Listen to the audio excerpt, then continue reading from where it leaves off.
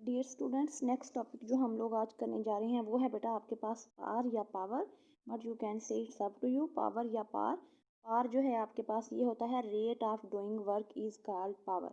Rate of doing work is called power. अगर 2 number का आता है तो आप लिखेंगे rate of doing work is called power, या फिर power is the measure of rate at which work is being done. किसी काम करने का जो रेट ऑफ डूइंग वर्क है दैट इज कॉल्ड पार। एक है आपके पास शॉर्ट क्वेश्चन छोटा सा एक और, जिसका नाम है एवरेज पार। एवरेज पार हम कैसे निकालेंगे? If a quantity of work W del W is done in time interval del T, then average power जो है average power is defined as. तो एवरेज पार फिर कैसे लिखेंगे? Average power equals to work over time interval, means to say कि average पार या पार, ये ए भी छोटा सा शो कर रहा है कि एवरेज पावर है, which is equals to del W over del T. तो ये आपके पास एवरेज पावर आ जाएगी। अब आप लोगों को 2 डेफिनेशन यहाँ तक याद करनी है। Rate of doing work is called power, और एवरेज पावर क्या है? If quantity of work del W is done in time interval del T, कि अगर डेल डब्ल्यू काम टाइम डेल टी में हो तो हम कहते हैं कि ये वाली कौन सी पावर है? एवरेज पावर, जिसको मैथमेटिकल फार्मूले में हम लिखेंगे average power equals to work over work time interval, तो del W over del T. एक और है आपके पास छोटी सी डेफिनेशन जिसका नाम है इंस्टेंटेनियस पावर। तो इंस्टेंटेनियस पावर में if work is expressed as a function of time, the instantaneous power P as instantaneous at an instant can be defined. जब हम लिमिट पुट कर देंगे delta T limit approaches to zero, तो हम कहते हैं कि ये कौन सी पावर है? Instantaneous power. Where del W is the work done in short interval of time del W following the time T. अब आपके पास ये क्या आ गई? ये आपके पास आ गई इंस्टेंटेनियस पावर। फिर आपको 3 नंबर का या 5 नंबर का ये क्वेश्चन आ सकता है, what is power, what is the relation between, prove the relation between the power and power, prove P equals to P, prove that P equals to F over V. तो बेटा ये आप लोग करेंगे P equals to F V. इसके लिए हमने ये रिलेशन प्रूव करके एंड में फाइनली करना है। किस तरह से इसको हम करेंगे? सबसे पहले हमारे पास है sometimes it is convenient to power in express power in terms of constant force F acting on a body moving with constant velocity V. अगर किसी बॉडी के ऊपर एक कांस्टेंट फोर्स लग रही है और वो बॉडी जो है वो वेलोसिटी वी के साथ मूव कर रही है, तो हम पावर को फिर उसमें उस केस में कैसे शो करते हैं? वो है आपके पास पावर। आपके पास पावर इक्वल्स टू, आपके पास यहाँ पे हमने प्रूफ करना है एफ डॉट वी के लिए, तो उसके लिए द वाटर, उसने एक एग्जांपल दिया है, in order to prove it we given example of motor boat whose propeller causes the water to exert a constant force on the boat. वो कहता है कि सपोज आपके पास एक बोट है जो कि वो जो है बोट, उसका प्रोपेलर होता है वो जो आगे पंखा सा मोटर का शाफ्ट लगा होता है जो कि पानी को प्रोपेल करता है, धकेलता है पीछे बोट को आगे जाने के लिए। तो मसलसल फोर्स लग रही है और बोट आगे जा रही है, तो इसका मतलब है उसमें वेलोसिटी आ रही है। तो उस टाइम जो पावर है मोटर पे लग रही है, पावर सप्लाइड बाय मोटर, जो मोटर को पावर दी जा रही है, वो है आपके पास power equals to limit delta T approaches to zero del W over del T. हमें वर्क का फार्मूला पता है, क्या है वर्क का फार्मूला? F dot D. हम लोग यहाँ डब्ल्यू की जगह पे लिखेंगे limit delta T approaches to zero. इस फार्मूला में हम डब्ल्यू की जगह पे लिखेंगे F dot del D over del T. हमें आप देखें एफ जो है हमने कांस्टेंट है तो बाहर निकाल लिया, limit delta T approaches to zero del D over del T. तो यहाँ से del D over del T जो है ये हमारे पास है बेटा क्या?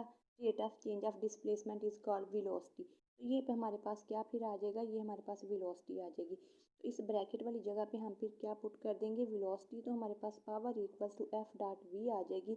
यही हमने प्रूव करना था कि prove that P equals to F dot V. तो ये आपके पास आएगा। Thus power can be also be defined as the dot product of the force and the velocity. तो ये डॉट प्रोडक्ट है फोर्स और वेलोसिटी का। क्लियर?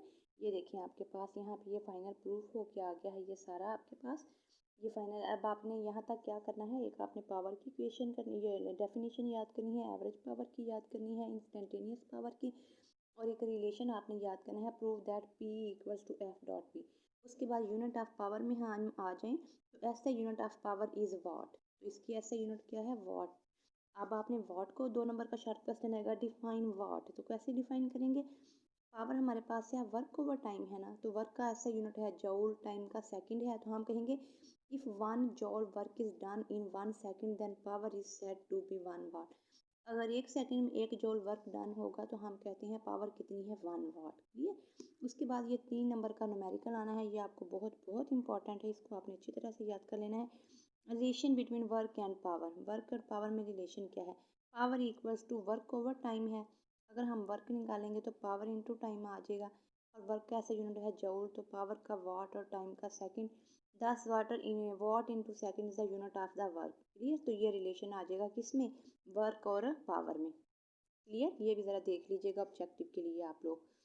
नेक्स्ट देखें किलोवाट आवर्स के, ये आपको आना है पेपर में, prove that 1 kilowatt hour equal to 3.6 mega joules के। तो उसके लिए हिसाब से हमने पहले क्या करना है, वह किलोवाट आवर क्या है, it is the amount of work done when a power of 1 kilowatt is maintain for 1 our.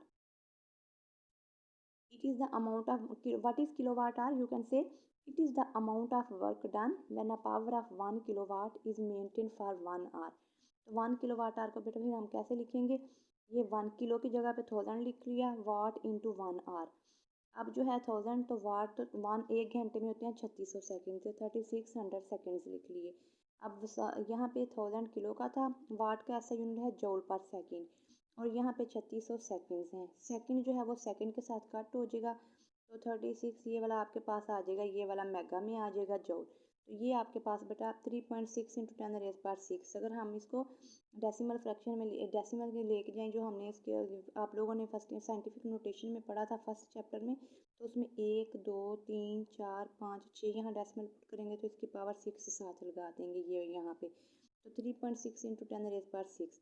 और ये जो 3.10⁻⁶ होता है ये मेगा के इक्वल होता है। प्रीफिक्सेस के टेबल में आप लोग देख लीजिएगा फर्स्ट चैप्टर में।